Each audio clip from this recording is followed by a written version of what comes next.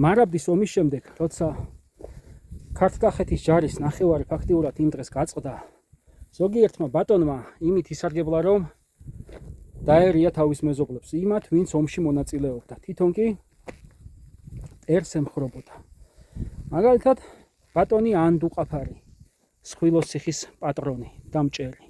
რა უნდა ქონოდა აი ამაზე მეტი თითქოს, მაგრამ ერთის მხრივ თავის ნათესავს უნდა ეამებინა და მეორეს მხრივ უნდოდა რომ უფრო მეტი მიეხო. გაუვარდა, გაუხდა ლეხურას ხეობაში იქით ღაზნელებს და თან ეხმარებოდა ქსნის ერისთავი ესეც. დედაწულიანად ამოწყვიტეს თავადის ოჯახი. იმის ოჯახი, ვინც მარაბდის ომში იბრძოდა. დღეს რომ ორკაპაციხეთ არის შემორჩენილი მისი სახელი, იმიტომ რომ ორი კედელიღა არის მთელი დარჩენილი, სხვათა შორის იქ, სადაც ოკუპანტები რამოდენიმე ათეულ მეტრში დგანან. არაფერი დაუტოვა მათ სიცოცხლის ნიშანწყალი. არაფერი დაგვიტოვა ჩვენ მათ მოსაგონდღეთ გარდა ნანგრევებისა, მაგრამ ეს ნანგრევებიც ღალატს, ნამდვილად რომ ღალატის ისტორია და არადიდებული თავადებისა.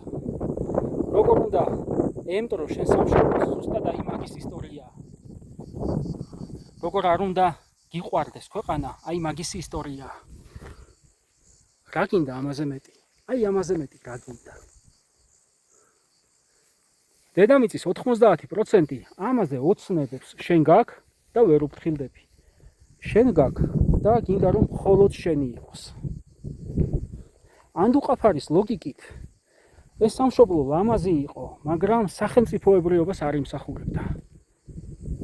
შაჰ-აბასს უნდა ქონოდა ლანგრად თავის ნადიმზე თითქოს.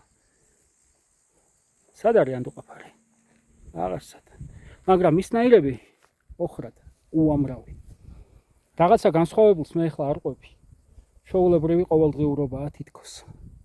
მაგრამ შენ რომ ისმენ და ხვდები რომ მათნაირი არ ხარ, ეს უკვე შანსია რომ ამ ქვეყანას გადაშენება არ უწევია. დღეს დროშა კი აღმართე, მაგრამ ეს ციხე მეტს იმსახურებს.